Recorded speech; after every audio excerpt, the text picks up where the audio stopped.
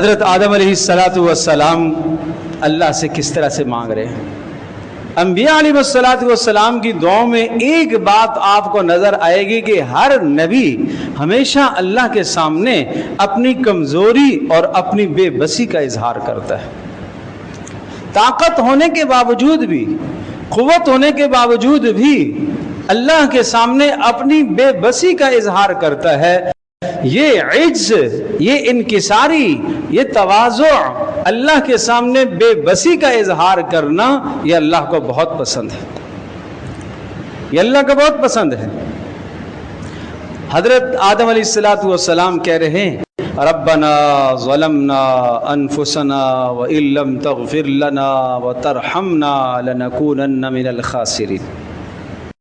ربنا ظلمنا انفسنا، اے ہمارے رب، ہم نے تو اپنی جانوں پر ظلم کر لیا. اپنے قصور کا اعتراف ہے. ظلمنا انفسنا وان لم تغفر لنا وترحمنا، اپنی بے بسی کا اظہار کر رہے کہ اے اللہ، اگر تو نے ہمارے اوپر رحم نہ فرمایا اور تو نے ہمارے گناہ نہ معاف کیے تو ہم کامیاب نہیں ہو سکتے. لنکونن من الخاسرین، طے شدہ بات ہے کہ ہمارا خسارہ ہی خسارہ ہے. ہم تو بے بس ہیں.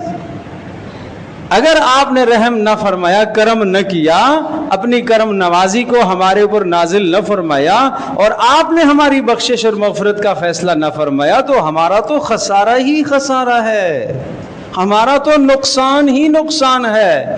تیری رحمت کے بغیر اور تیری مغفرت کے بغیر ہمارا کام نہیں بنے گا. تو اپنے قصور کا بھی اعتراف ہے، اپنی بے بسی کا بھی اعتراف ہے.